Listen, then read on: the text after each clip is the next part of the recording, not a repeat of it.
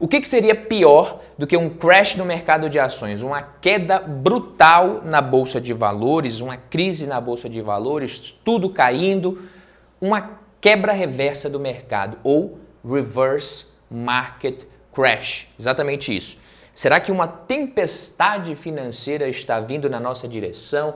O que você pode fazer para se proteger? O que acontece quando o jogo vira, né? Será que você está aí contente com a alta recente da Bolsa de Valores, achando que em breve você vai se tornar um rico a mais no mundo de verdade e de repente você está se encaminhando para ser um iludido a mais no mundo? Na verdade, é isso que está acontecendo. Essa alta, ela é sustentável e o pior, né? Como que uma reviravolta financeira, de repente, poderia afetar os seus investimentos, a nossa economia e, o mais importante, o seu próprio bolso, principalmente o bolso de quem não investe. Será que faz sentido você pensar num cenário como esse na economia global ou até mesmo aqui no Brasil? Quebra reversa de mercado ou reverse market crash é um tema que vem sendo muito comentado no nicho de economia e investimentos nos Estados Unidos. Alguns de vocês acabaram deixando esse questionamento aqui em algum comentário num vídeo anterior. Recebi recentemente também via direct no meu Instagram 2 mensagens me perguntando o que é isso, se pode acontecer aqui no Brasil. E aí por isso eu resolvi gravar um vídeo exatamente sobre esse assunto. Nesse vídeo eu vou te explicar o que é isso, quais são as causas desse tipo de fenômeno e se realmente seria um cenário provável, se você deveria se preocupar com isso ou não aqui no Brasil, na minha humilde opinião. Beleza? Então, quem é de casa, deixa o like aqui no vídeo. Se você já acompanha o canal faz tempo, já é de casa aqui, deixa o like. Se você é novo por aqui, seja muito bem-vindo, muito bem-vindo. Eu sou Badu Vieira para mais um vídeo do Valor em Ação. E um reverse market crash, ou uma quebra reversa do mercado, traduzindo para o português, é um fenômeno financeiro oposto ao que normalmente a gente associa a uma quebra de mercado. Em uma quebra de mercado tradicional, os preços dos ativos, as ações dos imóveis, dos fundos imobiliários, entre outros investimentos, eles caem drasticamente, levando a perdas generalizadas de valor e muitas vezes a uma recessão econômica, então fica muita gente no prejuízo. A quebra reversa do mercado, ela é outra coisa. Ela envolve um aumento repentino e insustentável muitas vezes nos preços dos ativos. E isso acontece quando a gente tem um fluxo excessivo de dinheiro na economia, geralmente devido a políticas governamentais populistas, como taxa de juros muito baixas, estímulos fiscais e outros fatores que aumentam a liquidez do mercado por períodos prolongados. Vamos falar sobre isso também. Esse dinheiro extra na economia, ele eleva o consumo, mas também leva a uma demanda crescente por ativos, fazendo com que o preço suba muito rápido, o preço dos ativos. Ou seja, taxas de juros mais altas por muito tempo acabam postergando uma conta, mas que um dia ela vai precisar ser paga. E se você me permite o trocadilho, essa conta vai precisar ser paga com juros. Mas Badu, a taxa de juros não já está alta nesse momento? Do que você está falando? Eu achei que a taxa de juros agora que iria começar a cair de vez, a taxa já estava alta, subiu pra caramba. Calma, vamos por parte que a gente precisa entender isso daqui, que o diabo ele mora nos detalhes e é um conceito interessante. Não é muito comum você ver isso no meio dos economistas ali tradicionais, mas é um conceito importante a gente entender isso daqui. E embora essa quebra reversa de mercado ela possa inicialmente parecer positiva, criando uma ilusão de prosperidade, ela também tem consequências negativas e consequências muito negativas. Ela pode levar a preços inflacionados dos ativos, criando altas expectativas que não são sustentáveis a longo prazo. Então, quando essa bolha finalmente estoura, os preços dos ativos eles podem cair de maneira acentuada e repentina, causando perdas significativas para os investidores. Isso é um lado, mas a gente tem o outro lado também. Então, imagine que o governo ele decide imprimir mais dinheiro ou injetar muito mais dinheiro na economia, né, o que é chamado de expansão monetária. Então o governo taca dinheiro na economia, injeta liquidez ali, uma política monetária expansionista. Isso geralmente é feito para estimular a economia, tornando o dinheiro mais acessível, o dinheiro mais barato. Tudo que é mais acessível é mais barato. Então quando você tem mais dinheiro circulando na economia, a demanda por bens e serviços que são escassos tende a aumentar. Isso é bom para quem? Para as empresas, porque elas vendem mais e, como resultado, elas podem aumentar os preços dos produtos e serviços. E aqui está o ponto-chave. Os ricos, quem tem dinheiro ali guardado, eles têm uma parcela maior do seu patrimônio investido em ativos financeiros, como ações, fundos imobiliários, títulos, imóveis, em comparação à parcela mais pobre. Então, quando a economia ela é muito estimulada com mais dinheiro, os preços desses ativos financeiros tendem a subir, o que beneficia quem tem dinheiro sobrando, quem está mais rico. Quem é mais rico vê suas carteiras de investimento crescerem de valor. Por outro lado, quem é pobre e tende a gastar toda ou a maior parte da sua renda em itens de consumo básico, como alimentos, moradia, transporte, saúde, medicamentos, enfim, quando os preços sobem devido a uma inflação causada pelo aumento da demanda, os pobres, eles sentem esse aperto financeiro porque eles precisam gastar mais para manter as mesmas coisas ali, para manter o mesmo padrão. Em resumo, essa expansão monetária ela pode colocar mais dinheiro no bolso dos mais ricos, no fim das contas, porque beneficia ali quem tem dinheiro sobrando. Esse benefício do aumento dos preços dos ativos financeiros, ele geralmente supera o aumento dos custos de consumo e o aumento que a parcela mais pobre da população tem inicialmente nessa possibilidade de consumir mais. Ou seja, os pobres, quem gasta mais do que a sua renda em consumo, pode enfrentar desafios financeiros muito grandes devido a esse aumento de preço que acontece depois. E se você gasta tudo que você ganha, você já deve ter percebido isso. Você precisou baixar o seu custo de vida recentemente. Tá? Não precisa falar, fica só entre nós, ninguém precisa saber. Mas se você gasta tudo que você ganha, se você estava acostumado antes da pandemia, por exemplo, a gastar tudo que você ganhava e levava a sua vida tranquila ali, legal, ok, sem dívida, sem nada, mas gastava tudo, tá tranquilo, ninguém precisa, você não deve satisfação a ninguém, mas se você fazia isso, você já deve ter percebido que ou você precisou se endividar, ou você precisou reduzir o seu custo de vida se você não começou a ganhar muito mais dinheiro. Se você não está ganhando muito mais, você não está conseguindo mais pagar as mesmas coisas. Muita coisa subiu, quase tudo. Esses dias deu vontade de fazer um suco de maracujá, fazia tempo que eu não fazia. Eu fui no supermercado, o maracujá tá R$20 o quilo, meu amigo. Você tá doido? E eu nem soube muito de ficar olhando o preço, mas quando eu vi, falei, misericórdia, R$20 o quilo do maracujá. É foda, as coisas sobem, tá? Então aluguel começando a subir, carro 0 quilômetro, eu nem vou falar mais disso. Então o governo ele morde o dele nos impostos, nos gastos excessivos. As empresas não são idiotas, repassam isso para o consumidor. E quem não é o governo e não é as empresas, fica com a conta na mão, fica com a conta ali na mão e tem que pagar. O garçom tá ali e você tá com a conta na sua mão e ele tá com a maquininha do cartão te esperando, você tem que pagar. Não pode ir embora. Se for embora, se correr, se dizer que perdeu a comanda, pior ainda.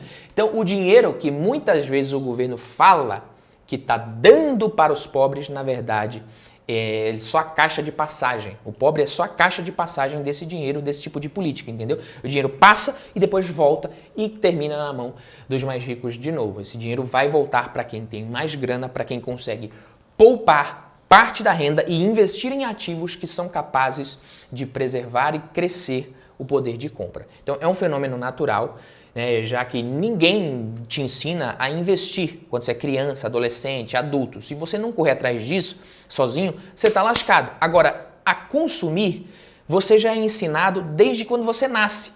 Todo mundo sabe consumir, até porque se a gente não consumir, a gente morre. Pelo menos o consumo básico que você precisa para sobreviver, alimentação e tal. Se você não consumir, você morre. Então a sociedade ela está o tempo inteiro disparando um monte de anúncio, um monte de propaganda comercial na sua frente, na sua cara, para tentar convencer você a pegar uma parte do seu dinheiro e gastar com eles. Então é por isso que quando você vê o Banco Central do Brasil ou o Banco Central americano sinalizando que a alta da taxa de juros pode ter acabado e que é possível que eles comecem a reduzir essa taxa de juros novamente antes do que vinha sendo esperado pelo mercado, principalmente agora no Banco Central americano, a Bolsa de Valores começou a se recuperar lá fora e começou também a se recuperar aqui no Brasil. Então esses juros mais baixos, mais dinheiro na economia, isso beneficia quem investe em ativos reais, quem tem dinheiro em ações, quem tem dinheiro em imóveis, enfim, quem tem dinheiro investido em ativos que protegem o poder de compra. E a bolsa aqui no Brasil subiu também, já que essas economias são interligadas a nível global. A taxa de juros nos Estados Unidos impacta a nossa bolsa de valores. Não sei se você sabe, isso é uma realidade, porque se a taxa de juros por lá sobe, isso acaba sugando o dinheiro da economia global para a economia americana. Já quando eles baixam os juros, é o efeito contrário do aspirador de pó. Esse dinheiro volta ali e acaba fluindo para países emergentes novamente. Mas vamos ver aqui alguns exemplos dessa quebra reversa de mercado que já aconteceram e estão acontecendo em outros países. Então você pega no final da Primeira Guerra Mundial, a Alemanha ela enfrentou enormes custos de reparações impostos pelo Tratado de Versalhes. Para atender a esses custos, o governo alemão recorreu ao quê? À máquina de imprimir dinheiro.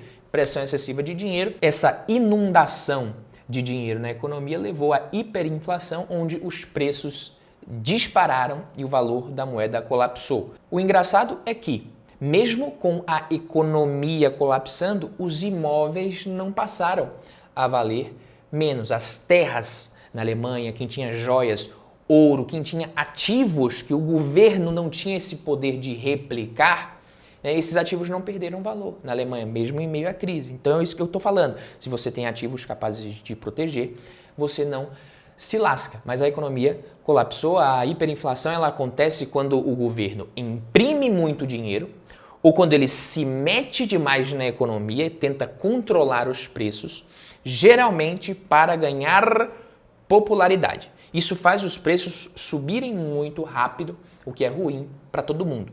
Porque o dinheiro perde valor rapidamente, então é como se você tivesse que gastar muito mais dinheiro para comprar as mesmas coisas simples que você comprava, como pão, leite, maracujá. É por isso que é tão importante que os governos eles tomem decisões econômicas equilibradas para evitar essas coisas. E a gente não precisa ir muito longe. A Argentina enfrentou uma série de desafios econômicos e políticos nas últimas 7 décadas que contribuíram para esse declínio que a gente está vendo na economia da Argentina.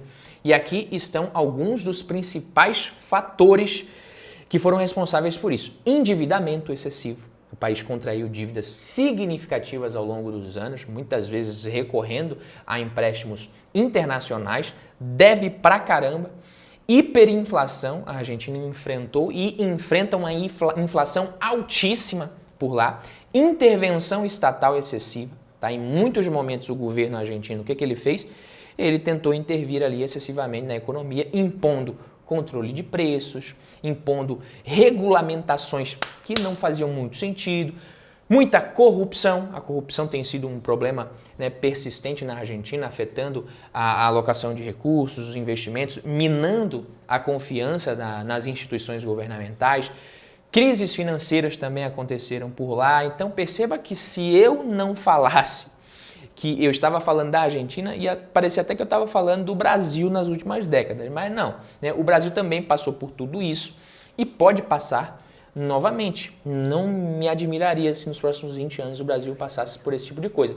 É importante a gente perceber que esses fatores, eles não agiram isoladamente, mas muitas vezes eles se reforçaram mutuamente para fazer com que o resultado fosse essa série de desafios econômicos que contribuíram para a dificuldade da Argentina em manter uma boa qualidade de vida para a população, um crescimento econômico sustentável. A Argentina está num cenário muito ruim em termos econômicos. O que eu vou te falar agora vai parecer absurdo, mas aconteceu na Argentina, tá? 70 anos de políticas populistas, os 70 últimos anos, 1/3 da força de trabalho empregada pelo governo, agora você imagina isso, 1/3 da força de trabalho é empregada pelo governo. Muito dinheiro gasto com benefícios sociais, previdência social, salários, pouca grana investida em educação, em investimentos em infraestrutura, tecnologia, praticamente nada. Então você pega ali também o governo tabelando o preço de milhares de produtos, déficit fiscal por mais de 10 anos consecutivos, dívida altíssima com o FMI. E eu não sei se você sabe também, o Brasil, ao lado da Ucrânia, que está em guerra, é o terceiro país mais endividado entre os emergentes, segundo um relatório do Fundo Monetário Internacional. E a Argentina está em segundo lugar, com a dívida altíssima também. E aí você deve estar pensando, Com essa inflação alta na Argentina, de mais de 120, 130, 140% ao ano, não sei, deve estar difícil investir por lá, porque o pobre ele realmente está se ferrando na Argentina, mas quem tem condições de manter o seu dinheiro investido, ele está ganhando dinheiro. A Bolsa de Valores na Argentina subiu muito. E essa alta, antes que você pense, que eu vou mostrar na tela aí, ela é em dólar, não é em moeda da Argentina que está se desvalorizando. E não aconteceu só depois que esse novo presidente começou a ser cogitado, e depois que ele foi eleito. Já estava subindo antes.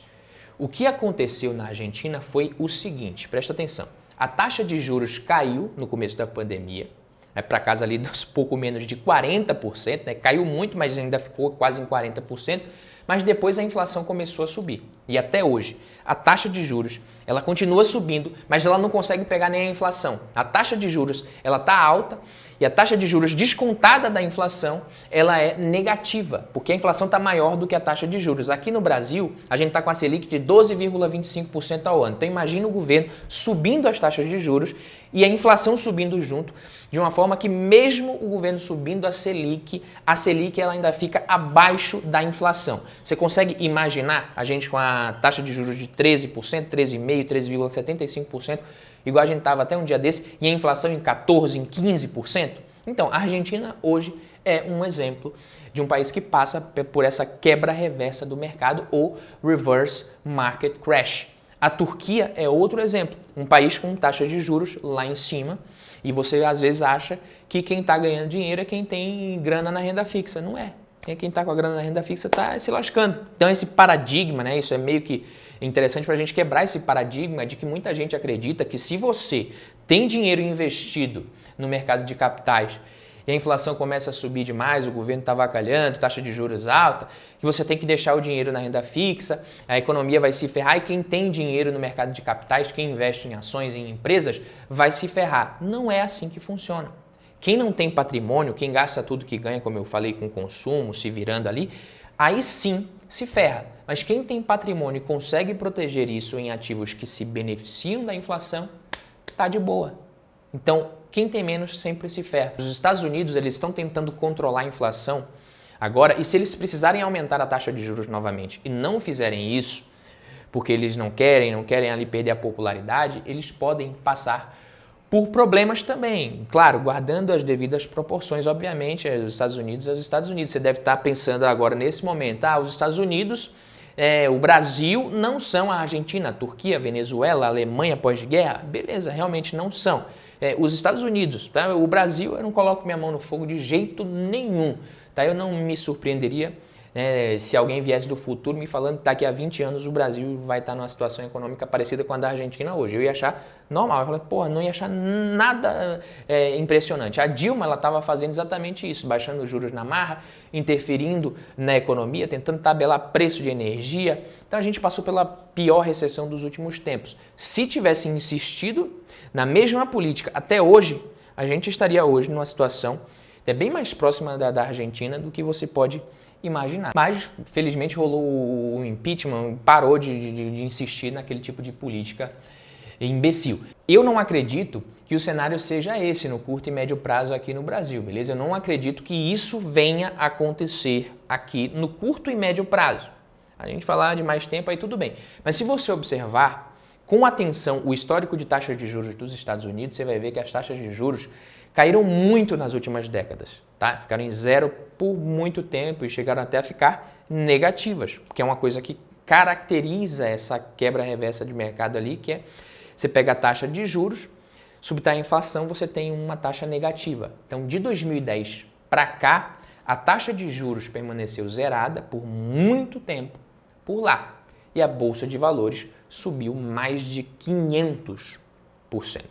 E agora pode ser que essa não seja mais a realidade deles por um bom tempo, essa taxa de juros zerada. Nos Estados Unidos, por mais que eles não sejam esse exemplo de responsabilidade fiscal e de economia totalmente liberal, como muita gente pensa por aqui, não é bem assim, mas eles têm os problemas deles, só que a gente está falando de um país muito mais rico. Então, os Estados Unidos têm esses problemas fiscais também, tem a polarização na política, mas é uma economia muito mais forte, uma moeda muito mais forte, e eu não acredito que os Estados Unidos irão baixar a taxa de juros na marra, tá? E eu não acho que a gente vai ter essa quebra reversa de mercado acontecendo por lá, nos Estados Unidos e aqui no Brasil, no curto e médio prazo, como eu falei, nos próximos anos. Não acredito que isso venha a acontecer, mas esse tipo de assunto, ele nos traz lições sobre a importância da estabilidade econômica para o desenvolvimento de uma economia num país e também a importância do planejamento financeiro pessoal. E aqui cabe a sua lição de casa. Tá? Num mundo onde crises financeiras e turbulências econômicas podem acontecer, é fundamental que cada um de nós tome medidas para proteger o nosso futuro financeiro, independente de onde você vive. A chave é a mesma, a solução é a mesma: poupar e investir de forma inteligente em ativos que preservam e aumentam o nosso poder de compra ao longo do tempo. Tá? Dessa forma, você pode construir um colchão financeiro que vai te proteger em tempos difíceis.